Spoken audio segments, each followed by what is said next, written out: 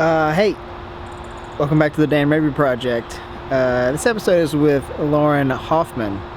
I referred to her as Lauren Jennings on multiple occasions, and we talk about her reasoning why that she goes by her maiden name, which is a really cool story, and can definitely respect where she's coming from. This podcast was done in a public place, so we were kind of interrupted a couple times. You may hear that throughout. But we covered a lot of topics. It really got a lot deeper than I thought it was going to, and I really enjoyed it. I really respect Lauren and Aaron's relationship and the reasons why they do stuff. I think it's really cool. I've never really met anyone like them that have the relationship that they do. So they inspire me in that they have a small business and the way that they go about their personal life. So we talked about the greenhouse. We talked about how she got into horticulture, and we talk about feminism and all kinds of stuff. So we were really all over the place, and I really enjoyed this conversation, and I hope that you will too. If you want to support me, I do have a Venmo page. I do have a Venmo account. I have a Patreon's the word I was looking for. Patreon account. That I'll link below. And really the easiest way to support this podcast is to just share it. Share it on Facebook, share it on Twitter, Instagram, whatever. Share the YouTube link. Talk about it at the water cooler. Tell your friends. We're on Spotify and Apple Podcasts as well if you don't want to watch the whole thing here on YouTube. So again, I hope you enjoy. And if you want to be a part of this or support it, feel free to reach out to me on Instagram at dan.mabry. Till the next time, peace.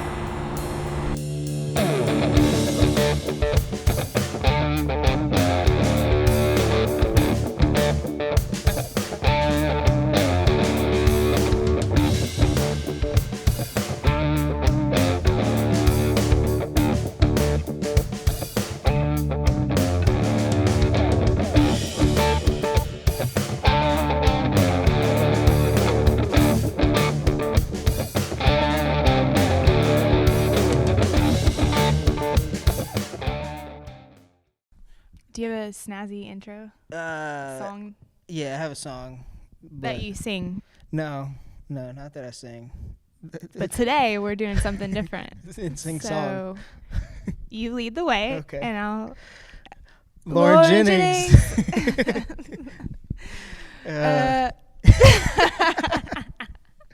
All right, okay.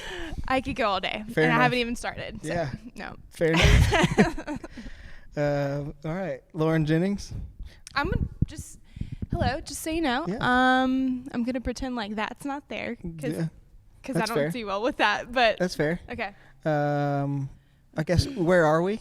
Yeah, I'll explain where we are. Yeah. So we are in the Louisiana Tech University Conservatory, and it's just a nice space that people can come and look at. Yeah. I mean, yeah, there's a lot of tropical plants in here. We have like some really rare citrus trees and some rare cactus and a rubber tree or two and a fiddle leaf fig and just all kind of stuff in here. So all stuff not native to Louisiana. Pretty much, yeah. This is like... I know. Do you know the history behind it? Like when it started, why it started? No, I really don't. Fair enough. I want to say, I'm sure it was a grant or something, but I feel like... So we're on South Campus, the South Campus of Louisiana Tech, and South Campus is the Ag Science and Forestry Department. And at one point in time, there was... This side of campus was really like booming and at its peak. There was like Tech Dairy, full production dairy. They made like butter and they served ice cream from Tech, and there was all kind of stuff. And so pretty sure this was constructed during that time just as another feature to offer the community and students. Yeah. And I said at one point, I guess at that point it was kind of at its peak. Not to say that it's not doing well now, but I do feel like there has been a decline in interest for ag science and forestry. Maybe not forestry, but kind of, yeah. Yeah, it does kind of seem like South Campus gets forgotten. It sometimes. does. I think that happens because it's physically separate. Right. I mean, I did my undergrad here at Louisiana Tech in sociology, which everybody shits on that. I had a lot of people think that it's just a throwaway degree, and actually a lot of athletes get that degree because they think it's easy, but I actually chose that because I'm interested in people, and that's what the direction I wanted to go in. Yeah. But okay, anyway, well, I was saying something about. Did you ever visit South Campus? Thank you. That's the point I was making. So, yeah. So I did my undergrad here, and literally never knew this existed. Any of South Campus, I didn't even hear about it, which I totally think I would have done plant science or like some kind of horticulture. But you know, we all make the choices that we make. So. Indeed. And I'm glad I did my undergrad in social sciences and that, but sociology. But anyway, yeah, I don't think many people know about this at all.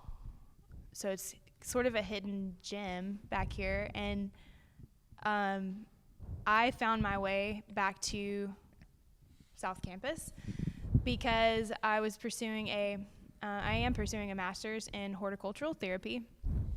I'm in my, I guess, third year, and I'm supposed to be finished this year, next month. Okay. December 16th. Nice. And I'm on target. Everything's going well. That is through Kansas State University. Okay. And so it's all online. And like I was saying, in order to start that program, I had to have some plant science prerequisites. Those were required, and also some social science, like a background in social science. So I already had that, but I didn't really have the plant science and horticulture stuff that I needed. Well, I guess like a formal education, because right. I have lots of experience, just not like on paper. Yeah. Or like in the form of a college class. But anyway, so yeah, I had to take like 3 classes, and I had it right here in this building in Lomax, and took like greenhouse management and plant science 101 and another advanced plant science. And through that, I sort of ended up getting this job that I have as the greenhouse supervisor for Tech. And I've been here a year. Basically, I came July 1st last year. So let's see, July, August, September, October, November. A year and 4 months. That's how long I've been here. Yeah. And it's so I guess how did that come about? How did you get the job? Like, how did that happen? Okay, so I'm trying to remember what I was doing at the time. So, side note, my husband and I own Jennings Apiaries, which is a beekeeping business. We produce honey and all-natural beeswax products. Sure. And so at the time, I was doing that full-time with him, and I had just gotten out of, I was the farmer's market manager for the Reston Farmer's Market. Did that for 2 years, which was another really great experience. My heart goes out to all farmer's market managers. If you are one, you know what I'm talking about. It's a tough job. It's a wonderful job, but you really have to like love that to do it. There's just a lot of moving pieces and a lot of like face to face.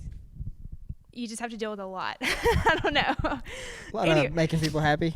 Yeah, making people happy, and and I liked it a lot, but it was just time for me to move on. So I was at that point in time, I was just doing Jennings Apiary stuff, which was a more than full-time thing for us, and working on my master's. And Paul Jackson, one of my plant science professors here, he knew that I wasn't didn't have a job, wasn't formally employed, but right. we owned our own business, which is a full-time job. But anyway, For sure. He was like, hey, there's this position that is available, and I thought that you might be interested. So I'm just throwing it out there. It's posted, so you might want to apply. And I was like, huh. And so the first thing I did was tell Aaron, my husband. I was like, you won't believe he just called me. I was like, Dr. Jackson just called me. And Aaron was super excited. He was like, I think you got this. He was like, I think this is it. You need to do this. And then I called my mom and dad, and I was like, what do y'all think about this? And they were also super excited. Everyone was like, yes, yes, yes. All the while, I was like, I don't know. I don't know why I was so hesitant, but, well, I'm a person that it takes me a while to accept things. Okay. I'm just kind of slow to, I don't know, change, I guess. But that's just who I am. So for me, it took me a couple weeks for me to make up my mind. Aaron was like, you're crazy. Why haven't you turned it in yesterday, and your application, resume, all that? But that didn't matter. I had to decide for myself. Yeah. And so I came around to it, and sure enough, interviewed and got the job. And my first year here, or really I say year, I guess I should say season, super intimidating. Yeah, because I've worked on some farms, done some horticulture stuff, had a garden. Both sides of my family, there's a long history of agriculture and farming. So I come from that, but I'd never really worked in a greenhouse setting, and really didn't have, like I said, a formal education in horticulture. Right. So it was I have working knowledge of some stuff, but now I'm the supervisor of this university's greenhouse. And I said that essentially in the interview. I was like, I want to be really transparent and let y'all know this is where I'm at. This is what I have to offer. But they were like, we can teach you everything you need to know. We want. Kind of knew how to do it, just not the science behind it. Kinda. They on South Campus, it seems like people, they hire the person, and it's they had confidence in me as who I was as a person, and yeah. I guess. Anyway, so they hired me for who I was, and they were like, "Don't worry about it. We'll teach you everything you need to know, and you'll learn." And that's true, but I do feel like I jumped in the deep end. On July 1st, it was literally the first day of the poinsettia production, and I just found out, this is cool, Louisiana Tech has we're the biggest poinsettia operation and the only poinsettia operation in North Louisiana. Okay. So it's kind of a big deal, and I didn't really realize that, but now I'm in charge of this whole thing, and I have never had a poinsettia in my life, never had one in my house, or I know nothing. So they're like, here, manage these 5,000 plants that you don't know anything about. And it turns out they're very high maintenance. They require constant attention. Yeah. Every day, literally every day, almost every plant gets touched in some way. That's how, whether it's checking for water or applying fungicides or pesticides, they're not environmentally friendly. I do try to do environmentally friendly practices as much as I can back here, but for sure. The poinsettia production is not one that.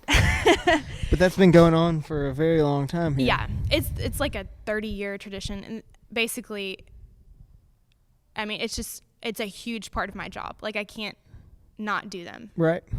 And keep this job. So, anyway, so the first year was hell. We had basically what I thought, everything that could go wrong went wrong. We had severe heat damage. We had pythium, which is a pathogen that happens in the roots or whatever, and we had insects. I mean, just it was so stressful. I didn't think I was gonna make it. I really didn't. It's one of the hardest, like, most stressful things I've ever done in my life. But we got to the end of the season and everything turned out fine. Most of them pulled through it. We did have some losses, which is normal. But it was just a huge learning experience, not only about how to manage a greenhouse operation, but how to manage myself. Yeah. And under a tremendous amount of stress. And then, like, I really learned a lot about myself. Started seeing a therapist. I was having, like, some pretty intense anxiety, some panic attacks, all that, which is new in my life. I've never had that for sure until, I guess, last year.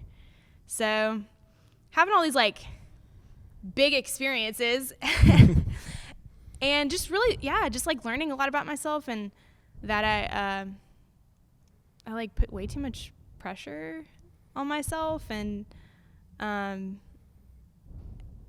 just kind of thought that, like, I had a lot to prove, basically, in this job, in this first season, and that, I don't know, I mean, if I didn't do well, I mean, I'll just say it, like, if I didn't do well, I thought people wouldn't accept me or like me, which is, like, a really honest thought, like, one of those, like, deep-seated thoughts that sometimes we're not even conscious of, but that it's in there, that we live by. Yeah. But anyway, so do you think, like, that's any part of, like, being a woman in, like, a male-dominated space, or no?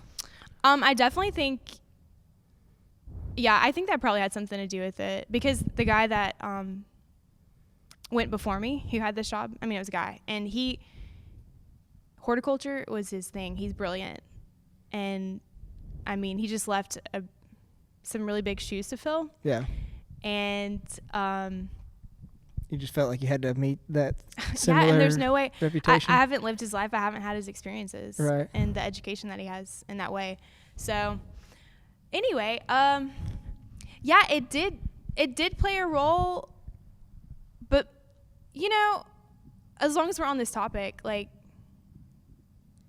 I haven't ever felt, there have been very few times in my life that I have felt lesser because I'm a woman. Yeah. And we can go more into that. I think that has something to do with my relationship with my dad and some of the experiences that I've had along the way. But so maybe that did have a little bit to do with it, but that wasn't, maybe it had some, but it wasn't all of it. Fair. Something that I ran into that I haven't ever experienced before was like physical limitations, which it's like, oh, I'm a human being, like, duh, like, of course you'd have physical limitations. But I mean, I've done some, like, manual labor. I mean, my dad's an outfitter, and we'll get into that more too, but I've worked for him and worked alongside him all my life, and it didn't matter that I was a girl. I was doing the work with him, and it was like, I'm his only kid, and so it was like, you're helping. For sure. And no excuses. So, so I've done, like, I mean, clearly that, like, builds confidence in yourself, and, like, you can take on the world type of mentality. Sure. But the greenhouse has just been a huge education for me. Yeah. Like, you can't work at the same pace as you would outside in the greenhouses.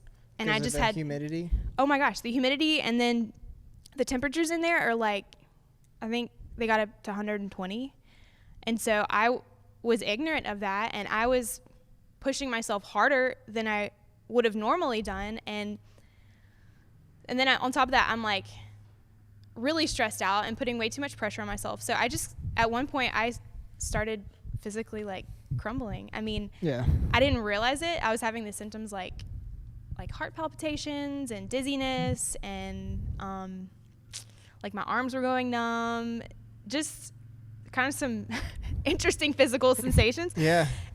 But I did not do the right thing. I didn't work smart. I should have listened to my body, but instead I was worried about like doing the job well. Right. And so I kind of felt like I betrayed myself, and I just kept pushing, and I did reach a breaking point. And so, went to the doctor, and I was like, help. Help me. What's going on? Yeah. I'm like, am I having a heart attack? And because it really felt like it, or I was about to. He was like, no. He did a lot of blood work and all that, and he's like, no, but you do have severe heat exhaustion, which was new for me because I'd never experienced that. So, I've learned to really listen to my body, and my mom always told me that, and I was like, ew, don't say things like that. That's like really weird, and you're making me uncomfortable, but it's really true. Yeah, and sure. It's not just a woman thing, that's an everybody thing. Yeah. Like, just tune in, and it's okay to have limitations. As a woman, as a man, as a child, as an older person, like, we're human beings, and yeah, it's okay. I mean, I want to combat you in that, you should also like push yourself at the same time. I mean, I'm not saying that you're denying that either. Yeah. But I guess you could have prepared yourself a little bit better for like that particular day or whatever, Yeah. Hydrated more, ate more, or whatever the case may be. But like, I guess I'm kind of under the thought, like, if you hadn't have done that, like, you wouldn't have known, you wouldn't have experienced the things Totally. that you have and become the better person Learn the that hard you way are today. Yeah. I definitely learned the hard way, and now I'm like, I just know myself better. For sure. And I know myself better in that setting, and I'm like, all right. You know when to pull out and be like, all right, I'm starting to feel funky. Like, let's get out of here and take a break for a second. Yeah, and there's nothing. Yeah, go drink some water, and it's not the end of the world. No, it's not. And I feel like I'm a better supervisor because now I'm like really keeping an eye on my student workers, and like, because they're young and in college, they don't think they're like, no, it's fine, we'll just keep working. And I'm like, you stop sweating, okay? That's not a good sign. That's like you're getting dehydrated. Yeah. You need to be aware of those kind of things. So anyway. For sure. Yeah. I want to kind of switch up the subject. Okay. You're kind of on a really super low-key media run today. Dang. Yeah. I was just like, let's just do it all today. Yeah. Yeah. So you and your husband were a part of the Medium Stories? Yeah. Can you with elaborate Jake Dugard. a little bit about that? Yes. That's a project by Jake Dugard, and how do I describe this? I'm trying to put it in my words, but what his vision for it. I think he's just creating a space for sharing people's stories, and I don't know, like, I think that whenever, I guess, how were y'all approached to do it? I think I was like, hey, we'll do one. Okay. Fair If enough. you need somebody. Yeah. And he was like, cool, next one, chapter 2, you're it. And so I think the first one was, I can't remember her name, but she's an artist here in Ruston. And I was kind of worried because I was afraid it was geared towards artists. And I was like, Erin, we're not artists. Like, what? I didn't know if the stuff that we're doing would translate to this group of people, which it's actually not what I thought. It's like, yes, there's some artists in there, but it's a diverse group of people. Yeah. There's business owners, there's baristas, there's photographers. I mean, well, it's just like I grabbed my attention because it's like set up super unique. It's like super early in the morning. Like, you pay a small price, and a little breakfast and coffee's provided, and you it's get like local cool little stuff. like trinket things. Okay. I love those stuff. So today we got a screen printed bag that was designed by Jake, and some little cool little things in there, and I like stuff like that. Yeah, for sure. It's always good to have little souvenirs, little things. Events. Yeah. So I was worried that how is beekeeping, or I don't know, but he asked this for a reason. I mean, And just, this is how we do. Like, me and Aaron are just, we are who we are. We're transparent, and I think he appreciated that. So we went in there and we just talked about like the ups and downs and the things we've learned about owning your own business. And there are some like ugly parts of it and some like heartbreak, but there's some like really important lessons and valuable experiences from that, and some joys too. So we talked about all of that. So did y'all start Jennings apiaries together? No, Aaron started that before I met him. Okay, I couldn't remember if it was before y'all met or... But I made it better. No doubt, I'm sure. No. I mean, yes, but... I mean, you are an artist. Like, I that was some discredit to you by saying that. Like, you redid the greenhouse logo. And I did. Know you've made some other stuff for Jennings apiaries and whatnot. So I have. I guess, like... You designed all those necklaces and stuff like that? Yeah. No, I definitely... I am a creative person. I have this like creative force that just like bubbles out of me. I can't help it. I make stuff all the time, but I guess I don't you know, it's like I don't consider myself an artist, but fair enough. You can, whatever you want to call that, that's fine. What was the question? I mean, I guess you're how you came into Jennings apiaries. Yeah. Okay, so how did you make it better? What was your role in it? I shouldn't have said that, but so whenever I first met Aaron, he had his little booth at the farmer's market, and he had his precious little bottles of honey tied with yarn, which I didn't really pay that much attention to his presentation. I was paying attention to that hot guy with tattoos and a beard. Fair enough. And who was like a badass beekeeper. Like, yeah, that's what I was paying attention to. And I could care less about the bees or the honey, but that's, I mean, at the time. At the time. Kind of now, but don't tell him that. Save the bees. Yeah, I mean, that's important. Save the bees, blah, blah. Okay. No, it is. Okay. But, yeah, so then that ball got rolling real fast.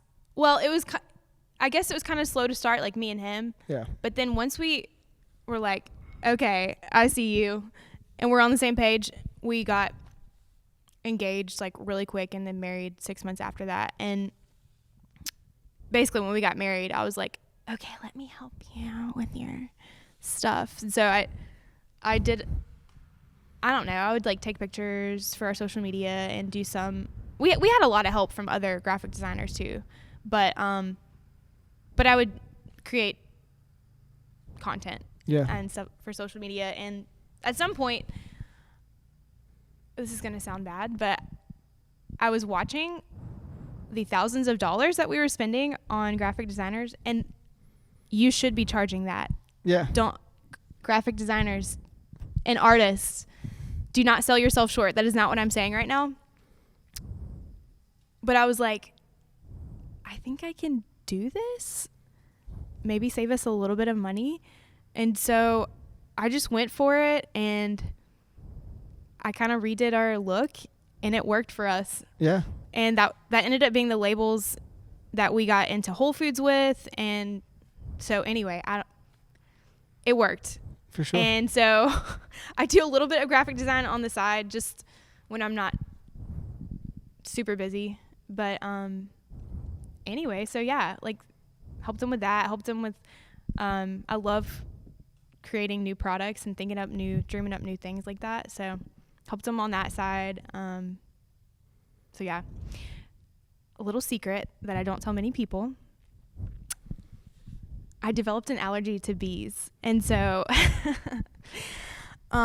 so whenever we first got married, I went with him every time to the bee yard. Actually, one of the first things that we did, he showed me some of his bees, and it was like this magical experience. And just like those first couple years were such a sweet time for us. Like I just remember it so vividly, like being able to go out there and work the bees together and like be outside and just it was magic. Yeah. And then somewhere along the way, we went to visit some friends in Florida, some beekeeping friends, and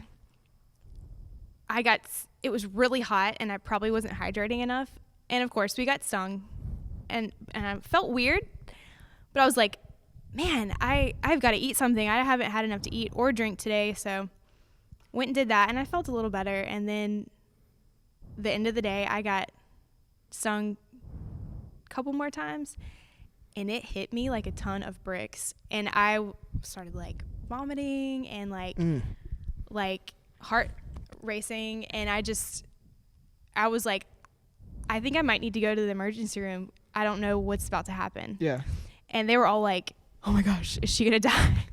And I was like, I'm not sure, I don't know. So that happened. So I really don't work the bees with him anymore, which I do miss it. I felt like I was getting kind of good at it. But anyway. So that all was like 2012, 2013, something like that? No, so we got married in 2015. Okay. So we've been married 4 years. Okay. This October, last month. So, but like Jennings Apiary started around then, I guess, maybe. Yes, that is right. Because I did a project on Jennings Apiaries in college. Okay, yeah. And that was before there was even a Instagram or Facebook page of Jennings Apiaries, and we were like, dude, what are you doing? That's what everyone was wondering, but it was really I was funny into it. because like we got like presented this and was like, yeah, this is easy. He needs to get on social media. Yeah, and he did. Yeah, for sure. So thank you. We should all be thanking you. No, don't thank me. Thank you, Dan. The other people in my group who did all the work. Okay, so there is this whole other side of you that I don't know. Well, I guess we should back up. Then we ended up meeting like years later in Denver, of all places. Like you were at a conference. Yeah, it was like a trade show. Yeah, trade show. And we had brought our products up there. It's where vendors and stores go to buy products for their stores. It's like a food service trade show. Yeah. So we had never done anything like that, and part of owning your own business is like taking risks and trying stuff. So we were like, yeah, let's try it. It wasn't great for us. I think we've learned that local and small is best for us. Yeah. And so, but anyway. Seems like everyone wants local honey. Yeah. But yeah, so I went to Denver to look for a job or something, and you were there, and Morgan Potts and Shelby Dodson, and y'all did not have a vehicle, and I did. So I also got really sick on that trip. Oh, really? I stayed with my cousin and literally got everyone in the house. Her 2 kids. Oh my gosh. Everyone in the house got sick because of me. I picked up something nasty on the plane. That sucks. But yeah. That's terrible. Denver. I'm not going to say anything else about it. I don't love, to me, that is not a shining example of what Colorado has to offer. Agreed. Okay. Agreed. Thank you. It is, it's getting darker by the second. Yes. Oh. I lived there for What do you mean by that? Dingier. Okay, I thought you meant homeless and Oh, okay. No, I mean I feel like it's becoming it's going downhill. Yeah, well, it's just becoming a gigantic city, so there are problems that come along with that. Mm-hmm. But yeah, so there is this whole other side of you that I don't know. You mentioned that your dad was an outfitter. Yes. So I guess where did you grow up? I grew up in North Shreveport. Okay. Just outside the city limits. Oil City? A little, yeah. Okay. Close to there. Like off Old Maury-Sport Road. And where do I begin? So my dad's side of the family, they're all woodsmen. Okay. And my great-grandfather worked for the railroad. And you forgot to hit record. No, you're good. I was just checking. You forgot to hit record. 32 minutes. We're going to have to repeat everything I just said, word for word. Okay, so he worked for the railroad, and he also had some, like, worked on a farm. I mean, I feel like everybody lived on a farm back then. But anyway, he had a homestead and raised his own vegetables, raised his own meat, and part of that was hunting and fishing. And I'm smiling right now just because it's like, it's almost like emotional. It's just such a, oh my God, am I crying? This is weird. It's just such a important part of our family. Yeah. And it's something that we've always done together. And it's almost like I can't even find the words to really describe to you what it means to our family. It's a tradition that's been passed down. But it's more than that. It's almost like tapping into like a primal desire or like need. Like you say, I mean, it is like it's an ancestral thing. It's something that connects you to nature and also the people that came before you that worked the same land or. Yeah. You know. It's totally like, I don't know. Next. No. It's just all interconnected. It is. It's a little overwhelming to really think about. No, it is. It's meant so much. So anyway, my dad had a really close relationship with my great-grandfather. His name was Harvey Wilburn Hoffman. He was like the first. And then my dad's dad, he was junior. And then my dad was also named Harvey Wilburn Hoffman, so he's the third. And if I have a son, he's going to get some kind of like either the initials or maybe he'll be the fourth. Also, side note, Aaron and I have agreed to, I've kept my last name. Okay. And I tried to get him to change his name to Hoffman. Okay. But no go on that. I'm still kind of salty about it, but it's okay. I'm like, can't you just set your ego aside? Like, if Aaron of all people, I'm like, that's not a big deal. Like, why are you the one like man ego thing? He couldn't do it. I don't know. Would you like want to like have both or just like? I'm good with Hoffman. Like he be Hoffman, or would he be Jennings Hoffman? Or Hoffman. Jennings? He's just good with. He's solid with Jennings, and I'm solid with Hoffman. I guess that's a. And so the kids are. He was like, I'm not gonna change my last name, but he was like, I would love for you to pass on, because here's why. Okay.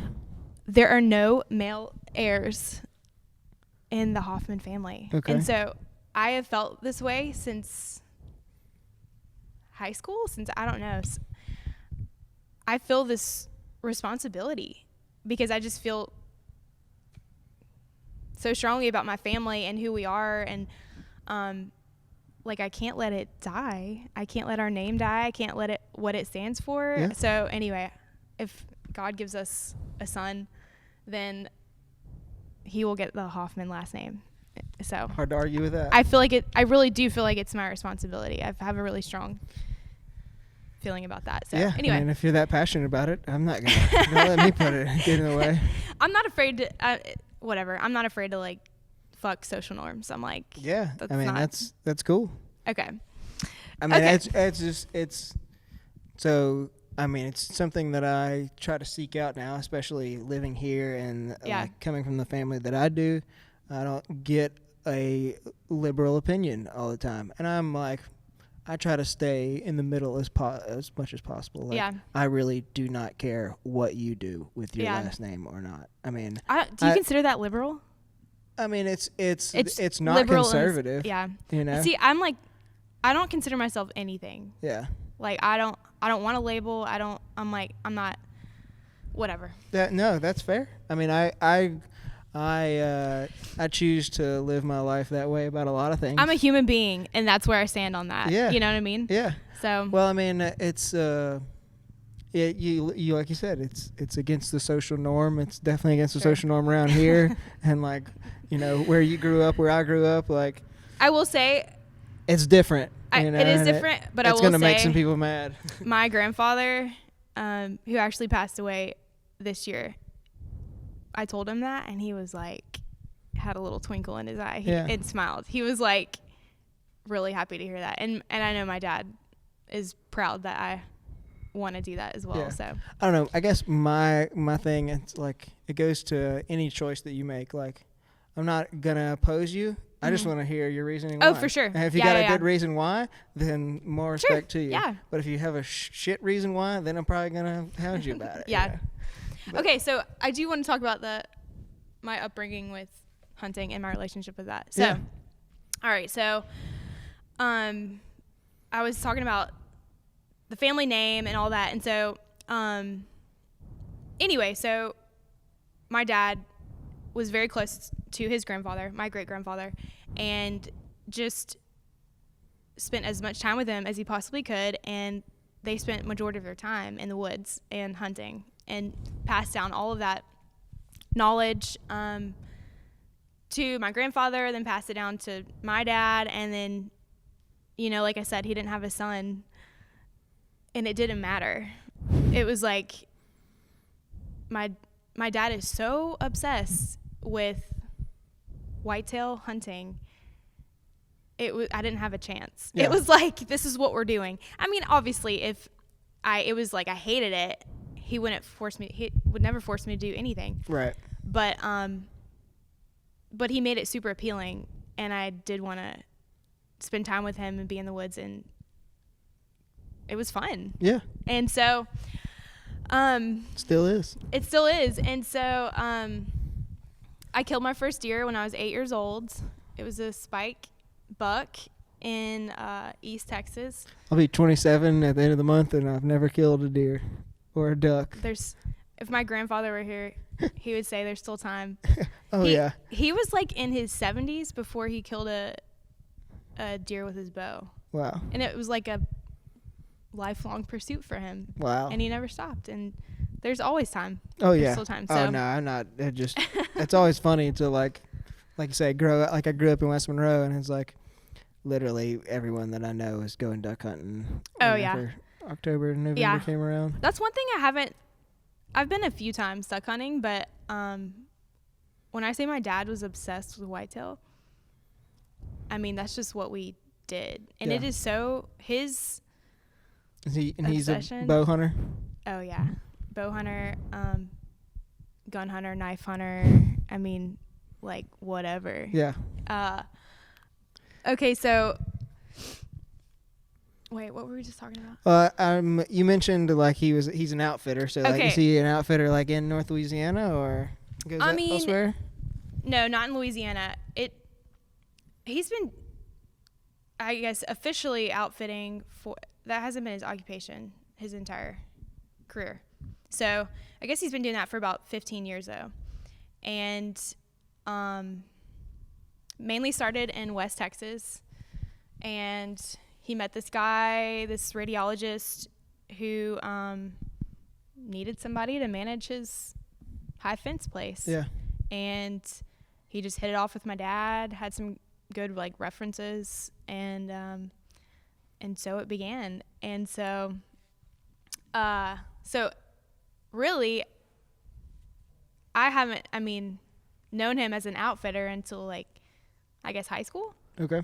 So but anyway, so I guess it mainly in Texas has he done the outfitting, and then but he's, as time has gone on, he's like branched out to Wisconsin and Alaska, Africa. I mean, the list goes on. There's a bunch of places. So. And you've gotten to tag along on some of those spots? Yeah.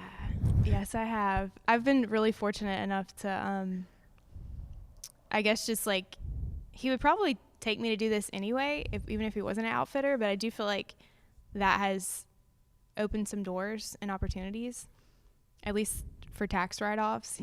We can go on a trip to New Zealand to hunt red stag and call it a business expense. So that's really cool. Yeah, for sure. But yeah, so I guess that's a cool experience. Yeah, go for it. I feel like I haven't given you enough information about my... Yeah, feel free to elaborate. Okay. Where do I... You were talking about your dad was just like obsessed with whitetail and... Yeah. So every fall since I was born in October, really all throughout the year, we're getting ready for hunting season. But I didn't ever have a Halloween experience as a child, like never. Wow. Because we're getting ready for opening day in Texas. My dad's from Texas. Gotcha. And that's funny though. I did kind of miss that.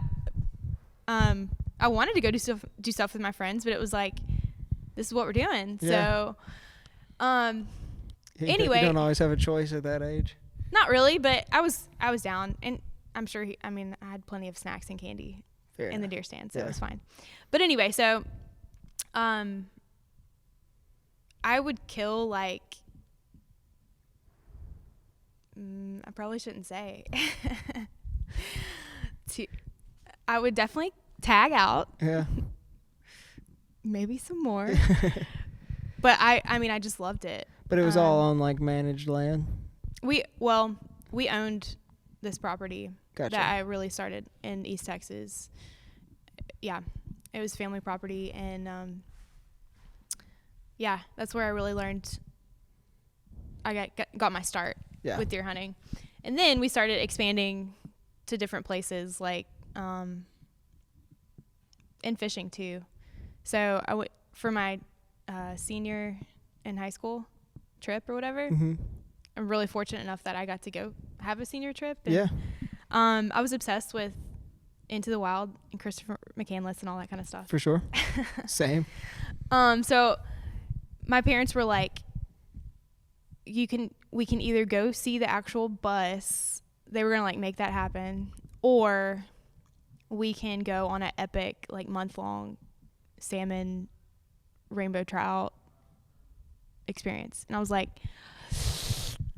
trout. I was like, oh, I love fishing too.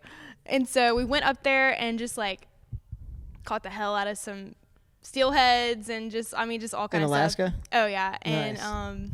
And trout too. We went into the Katmai, flew into King Salmon, went into the Katmai national, I guess it's a national park. It's protected land, but had a fishing guide and caught world renowned rainbow trout. I'm talking I caught a 36-inch rainbow trout. Wow. Not on a fly rod.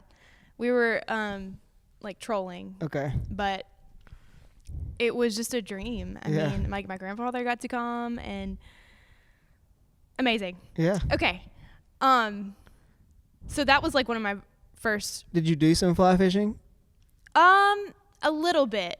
I didn't start fly fishing. My grandfather's the fly fisherman of the family, and he kind of taught me some things. And I'd fly fished in Colorado. I hadn't caught a trout yet. I caught bass and some brim. But I didn't catch my first trout on a fly rod until I met Aaron. Okay. Yeah. So, and that's a really cool story and experience. But okay. So anyway, I think Alaska was the starting point to these really cool hunting, fishing, outdoor experiences. I guess outside of Texas. So we've been to Alaska 5-6 times, something like that. And once my dad got a taste for that, it was obsessed again. Yeah. And so I've been caribou hunting, killed a caribou in the Brooks Range in the Arctic Circle in Alaska. Got dropped off by a bush plane where it was so tiny that they could only take one person and 50 pounds of gear, including gun, ammo, food, essentials. For sure.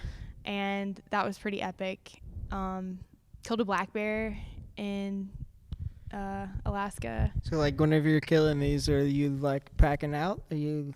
Yeah. Yeah. Field dressing and packing out? Yeah. Yeah. That's something that was taught to me as a child. And, pretty much I was less than 10 years old and I was proficient at breaking down a whitetail deer and I knew how to do a hind quarter, put it in the ice chest, all that kind of stuff. Mm-hmm. So I had a lot of practice. And that's something that is an interesting skill, but I'm like proud that I know how to do that. For sure. And it's like I know how to like properly like field dress an animal, and I'm confident that I could do it. I've seen it done so many times, like personally observed it so many times. yeah, I know, like, if I got like stuck in the wilderness and was able to kill a deer, like I could salvage some meat off of it, but yeah, it would probably be pretty ugly. yeah. I mean, that's okay too. It's all a part of the, like, I guess that knowledge and the concept of hunting that was passed down. It's like, I don't know, my family believes in like being a good steward of everything you have, like whether you're cultivating land or you're hunting, like you respect that animal, and that happens like as you're hunting. It happens like as you're killing the animal, as that life is ending, and then after the life is gone, you still respect that animal. Yeah, how you. That's a good point, and that's something that I always try to bring up whenever I talk to hunters. Is like, and it's because of something that I didn't understand for a long time, and it's like I started looking at Joe Rogan and Cameron Haynes and like all these like famous guys that are doing these big elk hunts, and like they kill this animal and then they like go up to it and like say thank you and like almost like say a prayer over it type deal, and it's like I was never exposed enough to it to be, you know, to have that thought, but it's like, man, like you would be like super appreciative if you had like hunted all throughout the mountains and your arrow killed this gigantic animal. Yeah, I can like survive this winter and I can feed my children now. Yeah. That's like a big deal. So, my dad definitely from like day one, that's been an example that I've always seen. Yeah. Whether it's like my uncle or my grandfather, I mean, the respect through the entire thing for the ground we're walking on, like without saying it. I mean, it's the whole like leave no trace mentality, like just the respect for all living creatures around you, you know? And, so yeah, I don't know what else. I guess let's talk about some hunting trips. Like you go to New Zealand and kill a red stag. Yeah, that was pretty epic. Yeah. Uh-oh. Somebody's walking in here. It's basically was that another pack in, pack out type deal, or is that? Yes, it was. So I didn't know if it was like more of a guided thing. No, we did have a guide, a local. So we went with a local who owned, basically he had a tree farm. Yeah. And there was just some like a massive herd of red stag. Okay. Like historical. Yeah. That lived in the mountains on his property. Wow. So, on that day, we flew in, should I keep going? Yeah, go for it. Okay. So we flew in, and I can't remember. I don't know if it was the same day. Whatever. Okay. But the day we started hunting, it was like really sunny. It was a gorgeous, like perfect day. Yeah. And I was in the shooter chair. Like my mom and dad were both. I went with my mom and dad. Yeah. And they were both like, yeah, we want you to have like first dibs. So we're like have our packs and everything. We're like hiking around, and red stags roar. Okay. Which is amazing to experience. Yeah. So, and we were like right in the middle of the rut. So you just hear them, like you'll hear like one on a different hillside roaring. Yeah. Is it like similar to an elk bugle, or is it different? It's literally like a roar. Like a lion's roar? Yeah. Yeah, it really is. Yeah. And it gives you like chill bumps. Maybe not in like a scary way, but just like a majestic. I don't know. It was really cool. So I'm sure it's humbling to like. Yeah, it's awesome. Yeah, how powerful it is. It really is. So we spot this bull that is like one that we want to shoot. So, and we start stalking it, and we're like quietly, like quickly trying to like catch up to this guy, and he's chasing some So the does, they call hinds. Okay. So he's chasing some of those, and then he goes in a valley, and I'm just like, we're never going to see him again. Like, this is, I'm like, I'm full of like adrenaline and just like new place, and it's gorgeous, by the way. It's gorgeous. You can see the coast from like on top of the mountains. Wow. So anyway, we were around Christchurch. Okay. Basically, some smaller town around Christchurch. But okay, so we finally get to this like peak, and we think he's on the other side, and sure enough, like my dad was like, okay, he told the guide to just like hang back. He was like, you and my mom, y'all stay here, and Lauren and I are gonna like crawl up here. Yeah. And so we did, and sure enough, he was like on this sunny slope, and he was like scraping his horns on this tree, and it was just the most amazing, picturesque experience. I mean, it was just like the sunshine, all of it. It was just nature amazing. in its truest form. It was like, if I hadn't have like pulled the trigger, I would have been perfectly content. I mean, it just was, I don't know. But I did pull the trigger, and he like, reared up like a stallion, and he let out this like last breath, sort of like a roar, super dramatic, and then he expired. Yeah. He died, and we had him for dinner that night, and Phil dressed him and like packed him out, and while we were doing that, this front started rolling in, and the temperature was dropping like super fast. Yeah. And then all of a sudden it was like very overcast and very cold. And we had gotten down off the mountain, and we're putting him in the chili bin, is what they call their freezers. Okay. And so we got him like in the freezer, and our guide was like, well, that was a good hunt. I guess y'all want to go back to your like room or whatever. We're like, nah, man. We're like ready to go, and we're here in New Zealand. We're here to like experience everything and like hunt. And so it was my mom's turn then, and so he was super surprised by that. His name was Greg. He was like, really? We're like, yeah, let's go. He was like, okay. He didn't think anybody would want to hunt. By this time it was sleeting and like spitting rain, and just so that was his reasoning for saying that you guys wanted to go home. Yeah. But so we were like, no, let's go.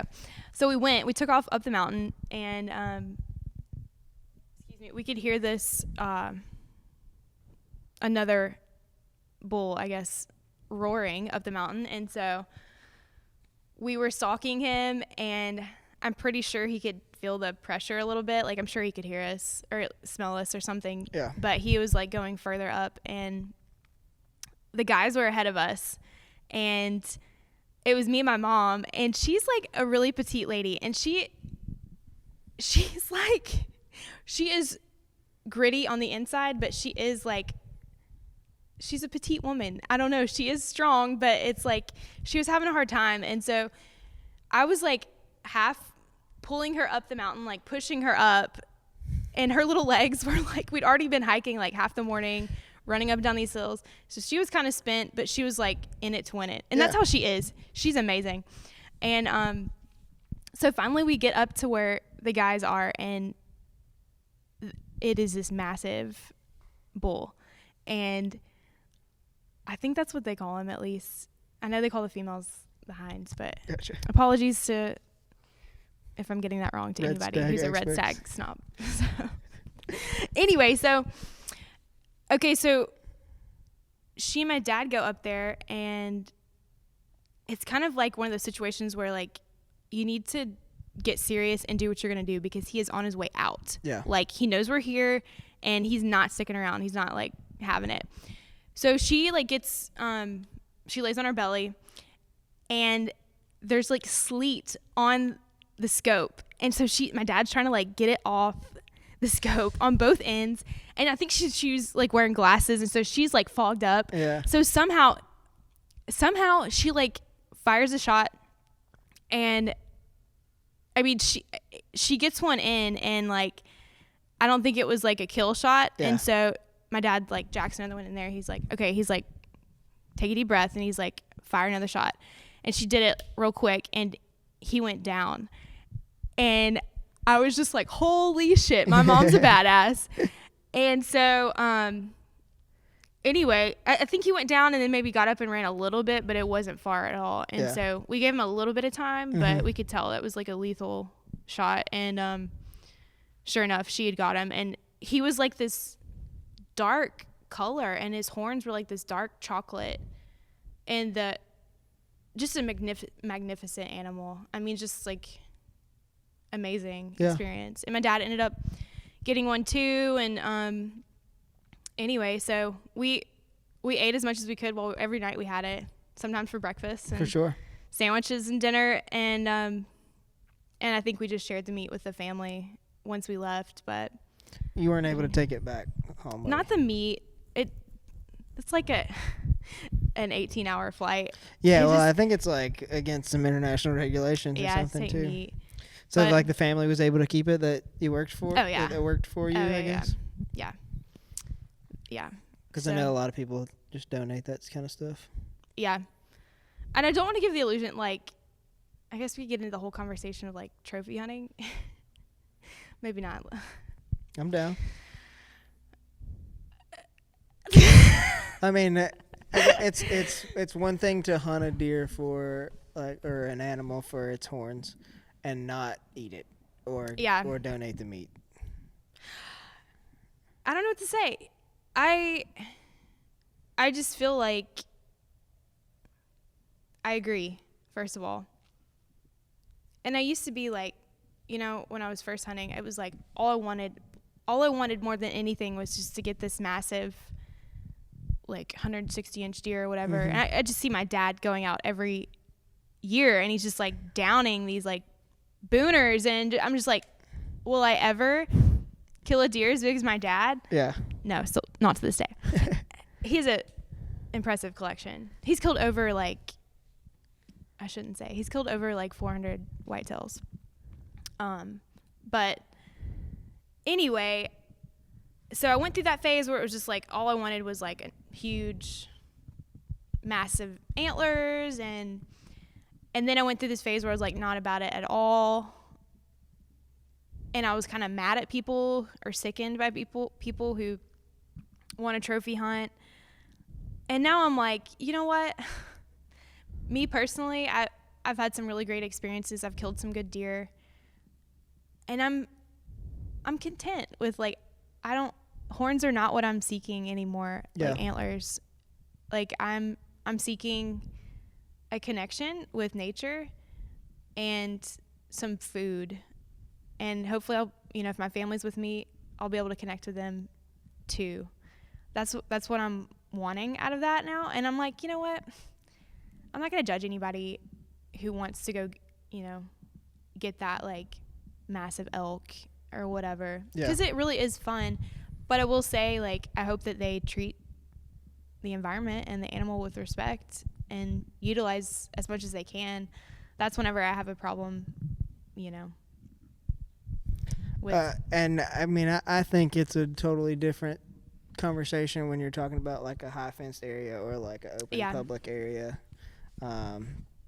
Because particularly in Colorado with the elk, it's becoming such a popular thing to go and hunt elk. Like, a kid from Louisiana drives all the way to Colorado to kill an elk. He's going to kill an elk if he sees an elk, regardless if it's 2 years old or if it's 18 years old. Yeah. And I think that causes problems. But again, we're talking about public lands, and, they paid $800 to have a ticket, to have a tag over counter and that kind of deal. Yeah.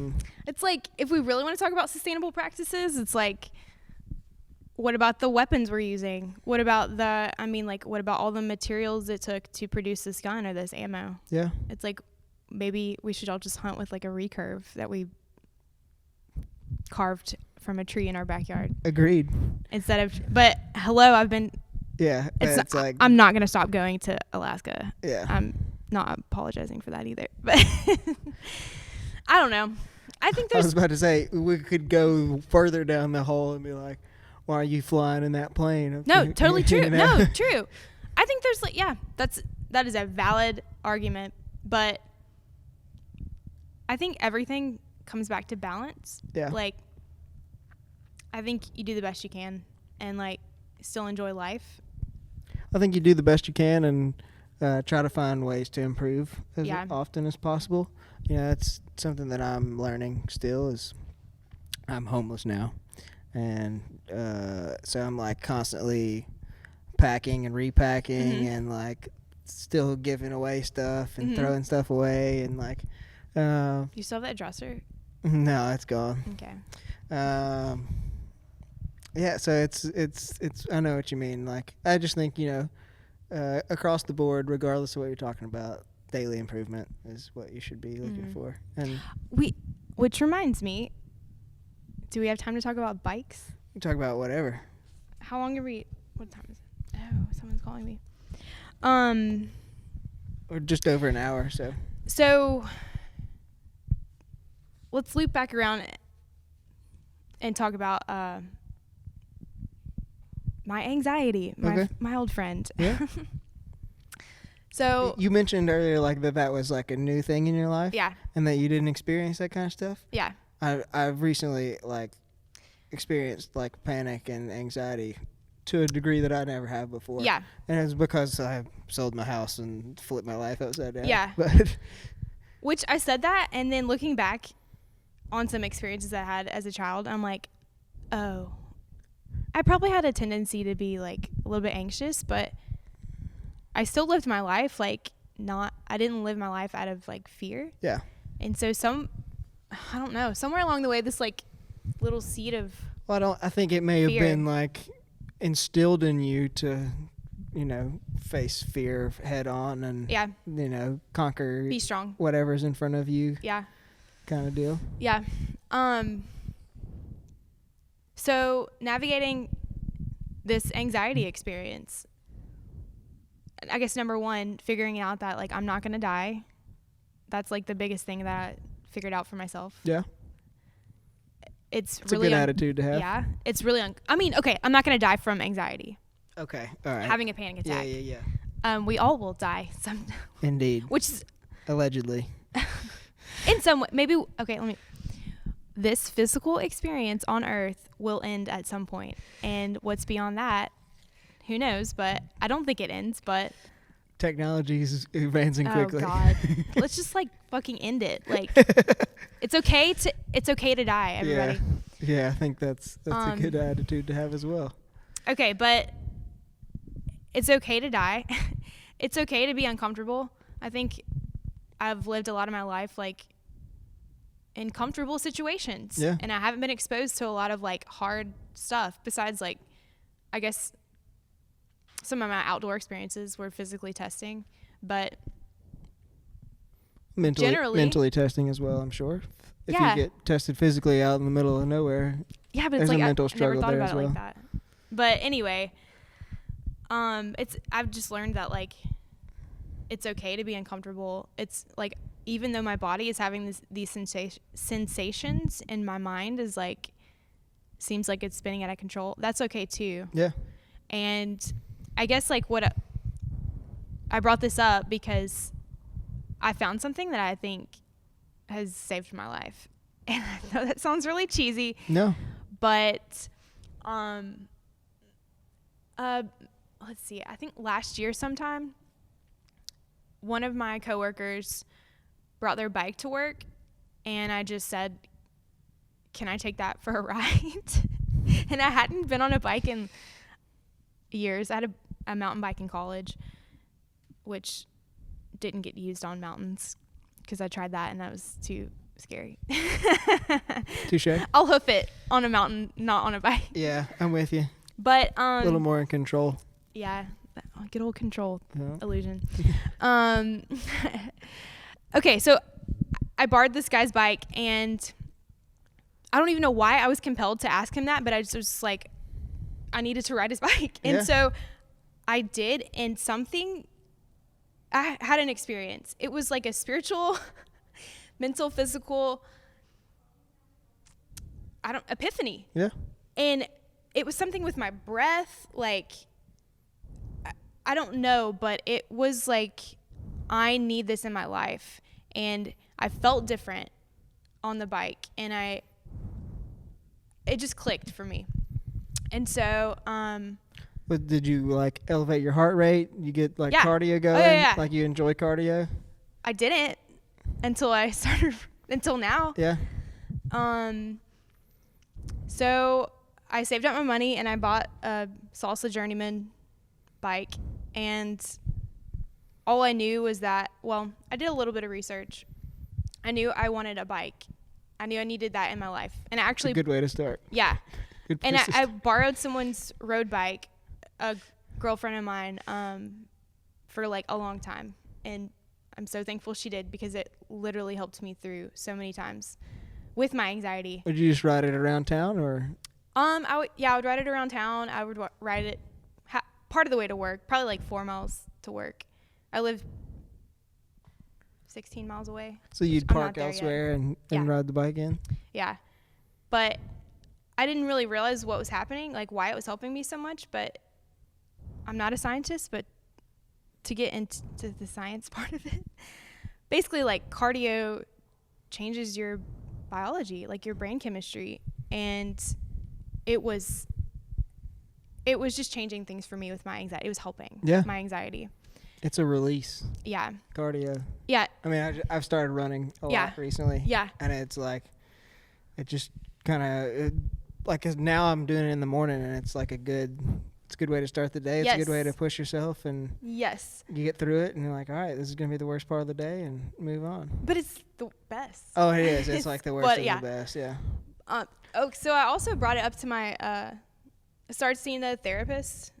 I got to this point where I was like, I guess it was actually around, to loop it all the way back to the beginning of this conversation, like when I was having such a hard time in the greenhouse, physically, but also like just breaking down emotionally. Yeah.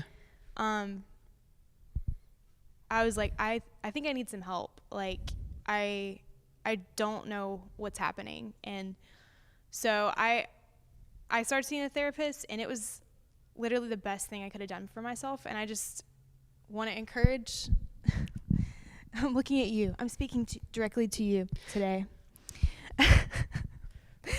I seriously cannot say enough good things about seeking help if you feel like you need it. Even if you don't think you need it, you probably could get a lot out of counseling and therapy. And if you ever have the opportunity, or like you're able to, please do it, because it is just, I think everybody could benefit from it, and it has really like helped me so much in my life. I mean, just, it has equipped me to continue on my journey without falling apart. I don't know how else to say it, but What, did it like, did it spark some confidence in you? I mean, I've never been to a therapist, and obviously we don't have to like get into all your problems, but like, no, we can, whatever. like, I guess, did you just like get a rejuvenation on life? Like, were you able to like talk out troublesome things, or? She just helped me. I don't know what to say. She helped me know that, I mean, number one, it's okay. Like, literally, you're going to be okay. It's going to be okay. And she has equipped me to handle life and, like, situations that would make me really anxious now. She's helped me unpack, like, well, okay. I guess, like, immediately she helped me put out that, like, the fire of, like, let's stop the emergency that's happening right now, which would be panic attacks. Right. So we kind of handled that with, we did some, like, breath work and then EMDR. Not familiar. It stands for something, EMDR. It's something, a rapid eye movement. It's the whole thing. I can't get into it. You get into it. Google it. Okay. But we did some of that, and just, I don't know, she just helped me unpack, like, why am I having panic attacks? And anyway, and then it's like, how do we, like, go forth from this? Yeah. And so one of those things that she suggested when I told her my experience with biking, she was like, that is not insignificant. She was like, I'm a really kinesthetic person. And she was like, that the motion and movement with your body, that is very important for you. And she was like, the cardio is going to change things for you. And the breath work while you're riding your bike, all of that is going to be really good for you. And she was right. And so it's become a practice for me. Mostly daily. Sometimes, I don't get to ride every single day, but usually, yeah, I get on the bike. Because it's freaking raining. That's part of the practice, though. Yeah. It's like, even if it is raining, like, that's part of the practice. Like, it's mental. Yeah. Like, your body is like, you gotta get through the bad days too. Yeah. Your body's like, it's the last thing I want to do. I don't want to be cold and wet. Right. With, like, wind in my face and rain. But you don't have to let your body or your mind run the show. And I've learned that from her. Because both of those things, like, will run the show. Yeah. I'm hungry. I'm tired. I don't feel like getting up. This hurts. I can't do that. Like, and your mind, that was the body speaking. Your mind, like, I'm not good enough. I'm whatever the list. I mean, all those thoughts, just like the racing, like, this isn't going to work. Like, I'm whatever. I'm a failure. I'm all that. You are not your thoughts. You are not your mind. That's a thing from Sadhguru, which is, my husband probably brought him up. Yeah. But it's something that I've learned from him. And that's really true. Like, you're beyond that. And it's a really trippy thought at first. I'm like, what the fuck do you mean I'm not my body and my mind?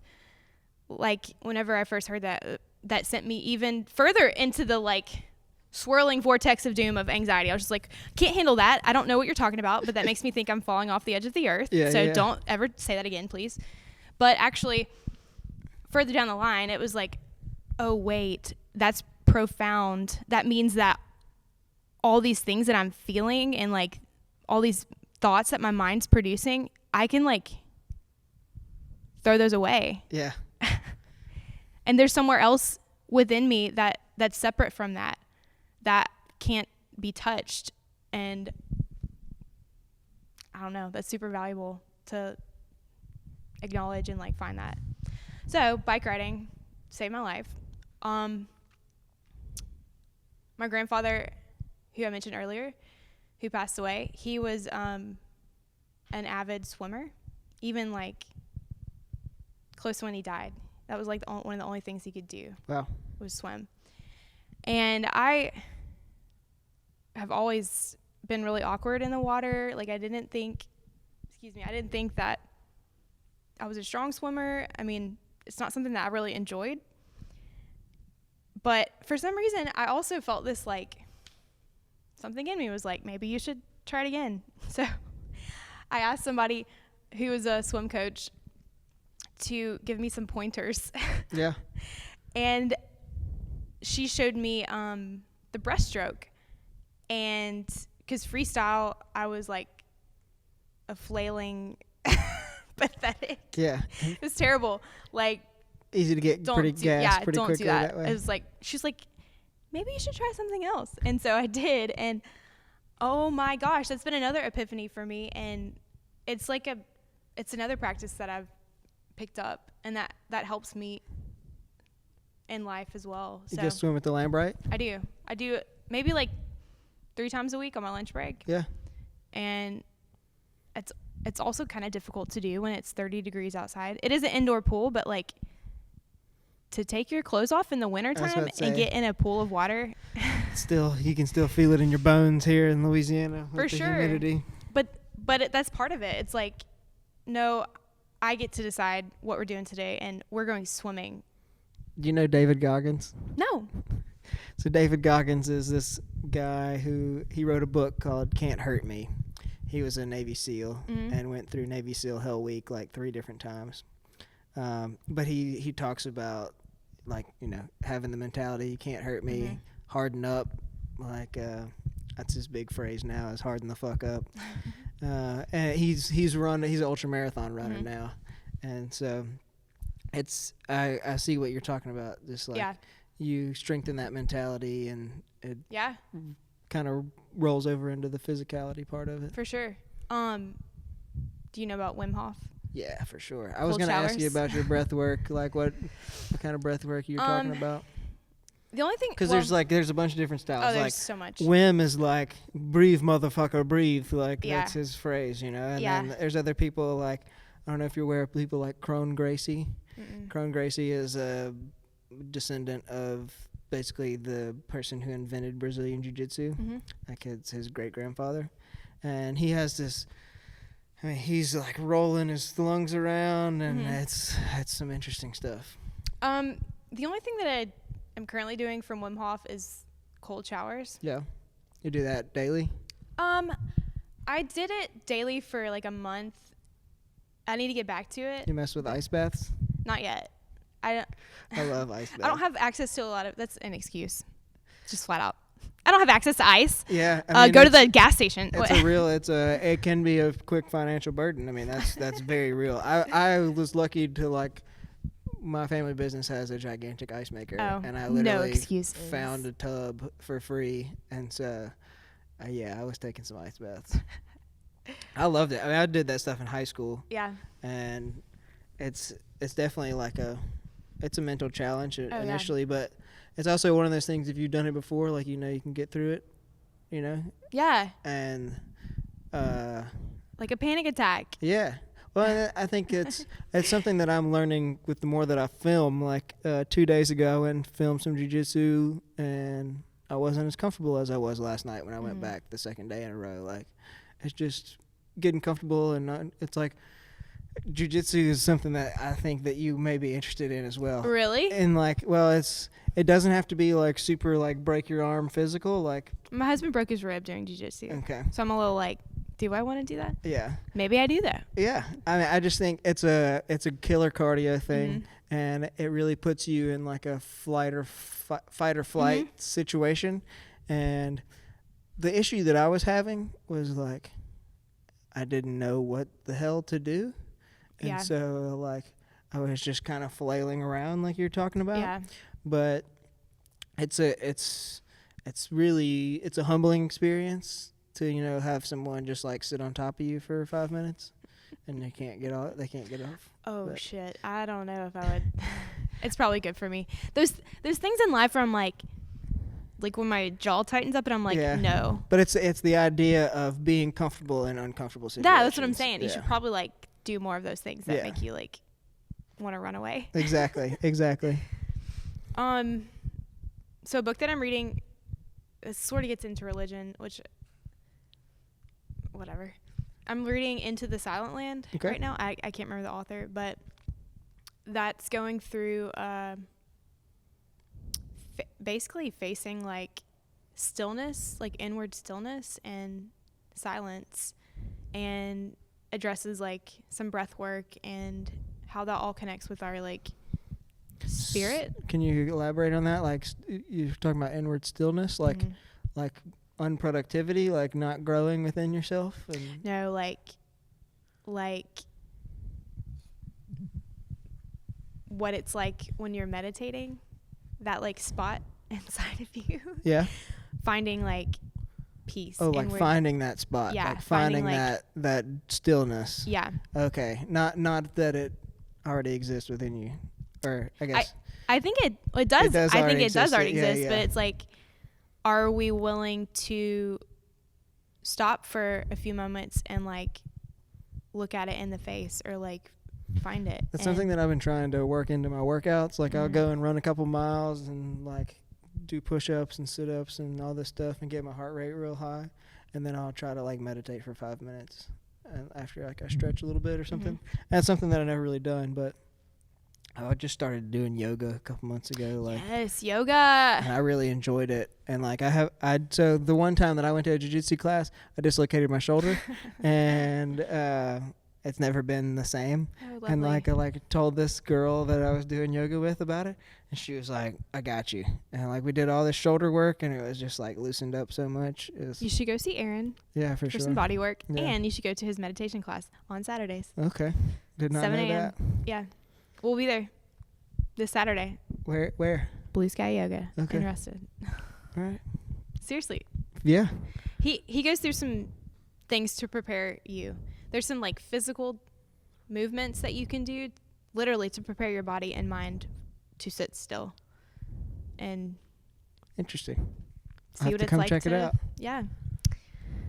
Well, I'm trying to think of anything else I wanted to say about bikes. I don't know. Yeah. Do you have plans of doing long distance biking trips? Yes, I do. And I mean, I've seen your bike. It doesn't really look like you want to stay on the road too much. No. Well, no, but so it's a touring bike. So I asked all my biking friends what I said, this is what I want to do. I want to be able to ride it on the road, do some off-road stuff, but not mountain biking. And I want to go on a long distance trip. And so, my one like bike friend expert, she was like, you need a touring bike. And so we started looking them up, and her advice, and I wish I would have listened. I should have listened. She was like, what you need to do is get on Craigslist or some Facebook like group. You need to find a used bike in your size. Mm-hmm. And you need to start with that. Spend like no more than $200, and you can like have more money to trick it out and do all this stuff. And I was like, okay. So instantly I go and I'm like looking at all these, I'm like looking up touring bikes and like finding some stuff on Craigslist and finding some stuff on Facebook and all this stuff. And then I find this Salsa Journeyman. The one. It's like olive green with some stripes. And I saw it and I was like, that's my bike. And so I bought it. And it was $1,000 bike. And I'm really happy with it. But in hindsight, I was just so excited. I wanted my own bike. I was tired of borrowing this true road bike that was too big for me, which I rode for like 6 months. I didn't care. I was like, this is my vehicle right now. Not literally, but you know what I'm saying. This is my like. I just needed to be on a bike. Yeah, is what I'm saying. that mindset. So anyway, but I do wish I would have listened to her, because I would have more money to like buy panniers and like the things, a rack and just all this stuff that would help me go on a long distance. Is that how you say that word? Pannier. Pannier? How do you say it? Pannier? I mean, that may be the redneck in me. I don't know. Neither one of us are English Google majors. That? I'm pretty sure it's pannier. Maybe so. Pannier. Pannier. Panya. Okay. Yeah. I don't care. Do you have any like big long trails you have your eye on, or any routes that you're thinking about specifically? Okay, I do know I want to do. There's a gravel grind in Arkansas near. It's like around Tyler's Bend State Park, and it just happened. We were literally up there that weekend, and I had no idea, and I didn't. I would have jumped on and done it. Yeah, you gotta get on Facebook. There's a bunch of stuff. Yeah, being posted all the time now. Didn't have my bike, but I'm for sure hitting that next year. I know that's like a long way away, but yeah, I think what my little like stumbling block right now, I guess, or like a hill that I need to get over is I really need to go on a trip on a distance longer than like 10 miles. And I don't really know where. I need somebody to go with me. Yeah. Well, that's what I was going to ask. Like, I mean, Aaron doesn't have a bike, or doesn't have a touring bike? No, he doesn't. He was like, I'm going to get a bike so I can ride with you. Has he done that? No. It's fine. He got a beach cruiser. Okay. Which interesting choice. I'm not even like an experienced cyclist, and I'm like, you got a fucking beach cruiser, which has its place. What a kook. Yeah, I was like, Aaron, it is a badass looking one, but I'm like, so no. Did you participate in the witches ride? Nah, man. Yeah. Nah. No, I'm just kidding. That's cool, but like, I mean, it is. It's cool to have more biking going on in the city, but it was kind of lame. I have a bunch of friends that went. I got invited, but yeah, I need to get. I'm a very like more. I like it. I'm bad at researching. That's what I'm trying to say. Aaron's like super good at researching stuff, and I'm like not into it. No, but I need to get telling on there. your story about how you got your bike is exactly what happened to me. Whenever I was in Denver, I was like, all right, I live a mile from downtown. I was like, you need to get a bike. Yeah. And I started looking around, looking on Craigslist, kind of figured out what size I need, and then I was just like, oh, there Shiny. it is. Shiny favorite color. Yeah. Love it. Yep. It's mine. Mm-hmm. Which, oh well, it's the choices we make. It's okay. Yeah, and mine's like more of a commuter bike. The gears are super high, and so climbing hills really suck, but it goes real fast. There you go. You got something that you wanted. Yeah. So any people listening to this in the area, if you want to take me on a bike ride, please. That's a decent distance. Yeah. 20 mile, something like that. You heard about the rails to trails or whatever? It's a big long trail they're putting together across America. Yeah. It's going through. It's north and south. Nah. Oh, never mind. I think there is one that's north and south, but this one's like through most of the northern United States. There's one that's going from El Dorado to Arkansas to Ruston. Yeah. The Rock Island Greenway. It's gonna connect to that? Yeah. Oh wow. Yeah. That's like, it's using a lot of the old rail bed. Oh, that's awesome. For that. Yeah. I just need. But again, like all that stuff is like, it's like planned, but it hasn't really happened. It'll happen. Quite yet. Maybe a decade from now, but I don't know. We can take our kids on it. It's pretty interesting to see how. Well, I understand there's a lot of big infrastructure change that has to happen to have bike lanes, but it's kind of a pain in the butt to be almost 2020 and not have any bike lanes in our city. It's not a bike friendly place here. Which I don't understand how the bike shop stays open. I guess because campus. Yeah. But I don't know. We digress. Well, I guess we'll wrap it up there. Okay. I really appreciate you. I wanted to do something. Are there like questions that you ask? Yeah, normally feel free. No, that you ask. Oh, that I ask? Like everybody. No, not really. I mean, it's pretty much. I already did it. I don't know why I thought about this, but I wanted to talk about my favorite outdoor brands. Okay. As a female, because that's a perspective that I don't get. I know, and I feel like it's hard to find like work clothes and like hiking outdoor clothes that are like that will last quality and that are made for females. Yeah. So, I guess I'll just start. Go for it.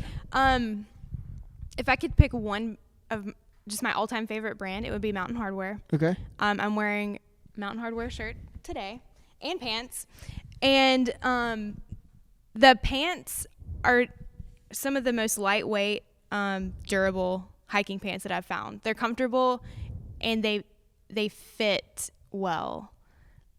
And then everything I've gotten from them, whether it's like I have a tent by Mountain Hardwear as well, everything I have from them, it just like it lasts, and I'm really rough on gear and it holds up. Yeah. Well, so I really like them.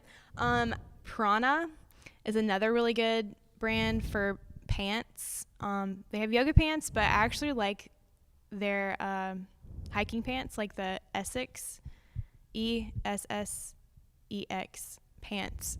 That's what I wear working in the greenhouse. They're lightweight, but really durable.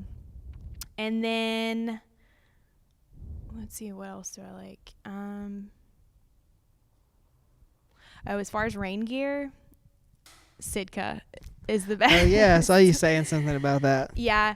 I mean, that's what we use in Alaska. That's what we use in like the toughest conditions, hunting and hiking. And seriously, it's the best rain gear that I've ever had. Do you own a lot of Sitka camo stuff or just rain gear? I have like I have some like base layer stuff, one set of base layer, like top and bottom, and then 2 sets of like camo. One of the earlier camos, and then like one of the. I just know some people that have just like totally gone full Sitka, changed all their gear to that brand. I mean it seems to be good stuff. I've just never experienced it myself. We get a discount because of the outfitting. Gotcha. So that's cool. But as far as socks go, Darn Tough are the best socks that I've ever worn. Mm-hmm. In Alaska, you could wear them like for a week solid, and they're still good. What else? As far as boots go, Lowa, Lowa. I really like those. I bought them in Alaska and used them trekking all over up there, and used them bear hunting up there, and use them hiking. I mean, those are like I'm sold. Like I will probably be wearing those, continuing that brand after I wear these out. I literally bought another pair of Solomon GX 3Ds, I think they're called. Mm-hmm. I literally bought an extra pair. My other pair is not even close to being worn out, but they were on sale again. So I was like, I'm trying to think what else. Doing it. I just invested in a down jacket. Yeah. It's Mountain Hardwear. It's the Ghost Whisperer, and it's one of their lightest ones. And I wear small, and it's been really good. I don't know if this is helpful to anybody, but no, I mean it's something that I enjoy. I mean, I got really obsessed with Patagonia at some point in my life, and you know what? I'm kind of like, I like the hats, but like I haven't been super impressed with how it holds up in tough situations. Yeah. What do you think? I mean, I haven't really thrown all of my Patagonia stuff into like harsh conditions, but torrent shell jacket as far as rain gear, it like you can wear it in the woods, you can wear it in the city, like it's kind of a versatile thing there. Yeah. It's super packable. I'm a big fan of their duffel bags. Like the waterproof ones that roll down? Yeah, well, there's some that are just like water resistant and like super tough. That's kind of what I'm living out of currently. Yeah. And yeah, the hats kind of got played out for me because everybody as he is wearing a Patagonia but this isn't hat. like the Patagonia hat, you know. I'm just giving you a hard time. Yeah, no, that's fair. I mean, I'm a big fan of Patagonia boxers. That is what I'm. Ooh, okay. As long as we're talking about that, Capeline boxers. I do like Patagonia Capeline base layers. Yeah, those are solid. Tommy John's men's underwear. I've heard about them. That's all that I will allow Aaron to wear now.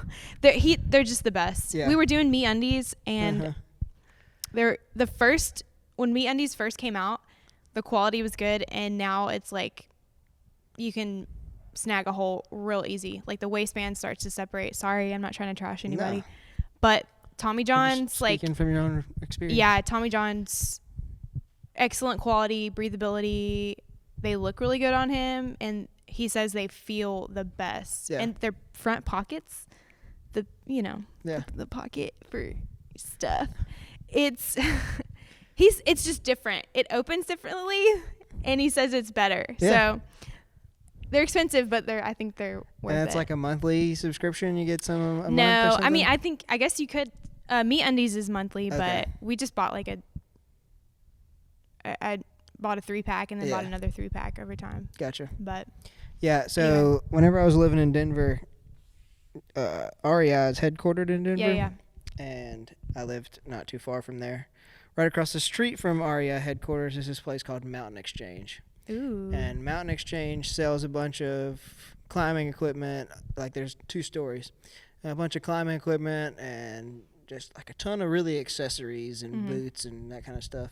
And then on the bottom, they have a bunch of consignment stuff. Yes. And they it's also, like my dream come true. Consignment, like mountain stuff. Yeah. Yes, so please. Apparently Patagonia sends out sales reps, and they go around to all these stores and say, hey, this is what we have coming out next season. Do you want to order this? How many? What sizes? Well, they do that, and they all carry mediums in everything that they bring. Well, apparently those people give or sell all of those mediums to Mountain Exchange. So your boy wears a medium and goes in there and buys I could very probably fit lightweight in a stuff like, for half off, basically. I could probably fit in a men's medium. Yeah. I would make myself. But I bought like hella boxers that were never worn by anyone. That's would hope so, Yeah. but maybe not. I don't know. In certain situations, I would never say never. No, I mean, like, what if it was?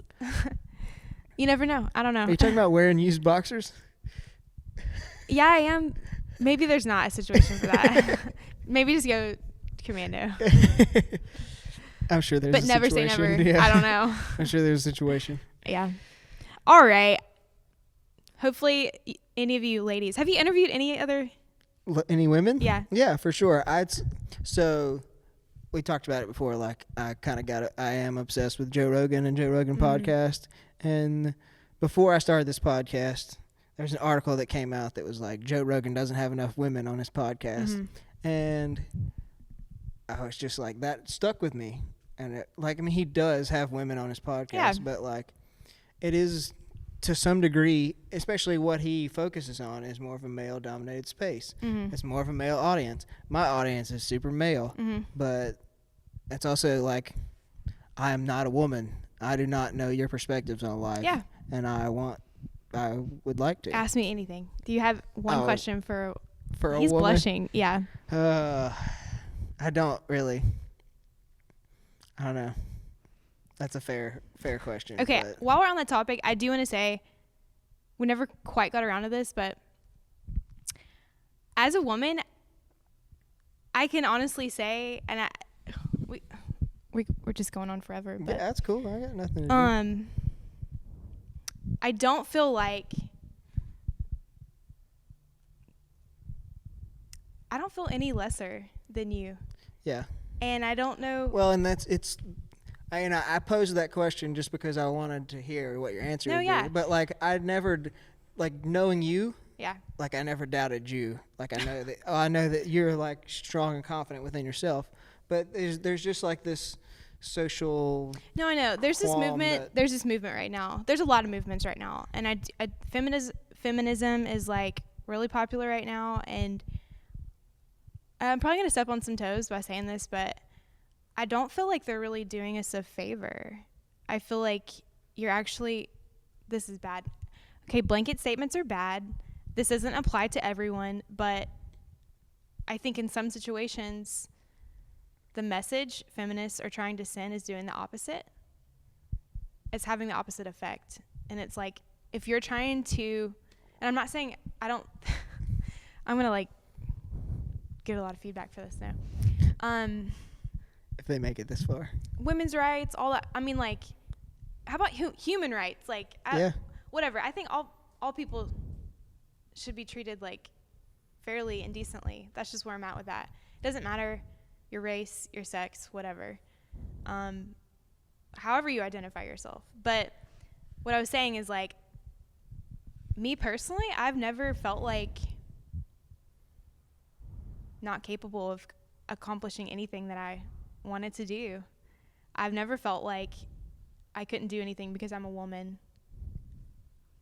I don't know if that's just because of how I grew up or what, but I mean, that's where I would point it to. Obviously, I don't know your whole life and what you've experienced, but like, just talking about your hunting experiences and how young you started off doing that, like, you were put in like the flight or fight situations at times, and you gained some confidence in yourself, and like, I don't need no man. Like, I can do whatever I want to whenever I want to. I guess, yeah. And my mom and dad's relationship was pretty traditional, but like,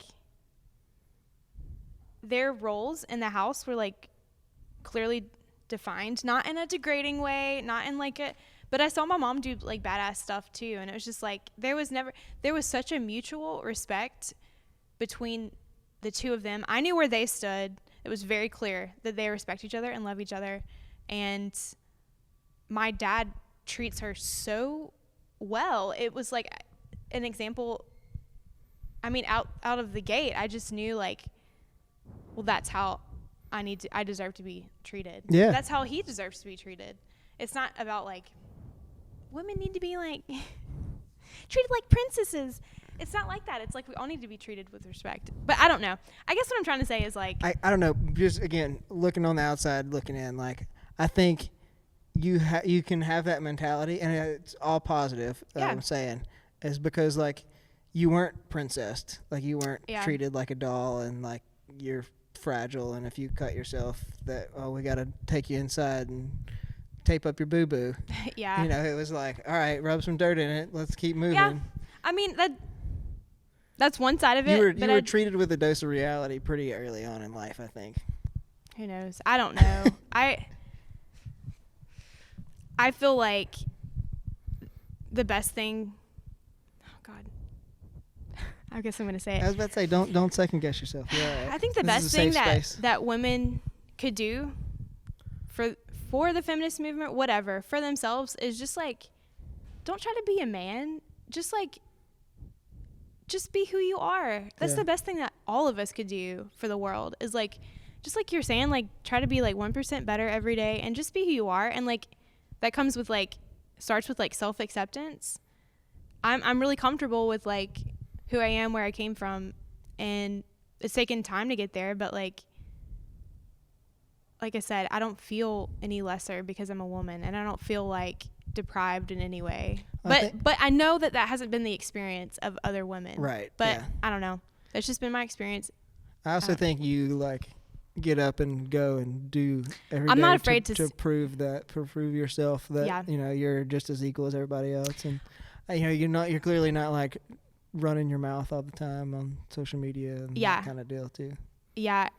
I'm also not afraid, I think, to stand up to men. Like, I don't care who you are. Yeah. That's just my personality. But, like, if I don't agree or I don't think something's, like, right, I don't mind having a conversation with you about it. And I don't mind telling you if I think something's, like, not right. And, again, that could be personality, but I think it has something to do with, I don't know. We don't have enough time to unpack my relationship with my dad, but I mean, I think it all boils down to confidence in yourself, and again, just be who you are, people. Yeah, like you're beautiful the way you are, and like that was cheesy, but don't be afraid to be yourself and let people see that, and go see a therapist. Don't be afraid to find yourself either. Yeah, go see a therapist, and it'll all hopefully work out for you. For sure. Well, Lauren, I've really enjoyed this. Same. We've obviously covered a lot of topics. Any social media you want to shout out? Anything you want to say closing? Nah. Good luck to you. Okay. On your journey. Thank you. Appreciate that. Well, again, appreciate you, and definitely. Hopefully we'll catch up with you sometime. That sounds good. Awesome.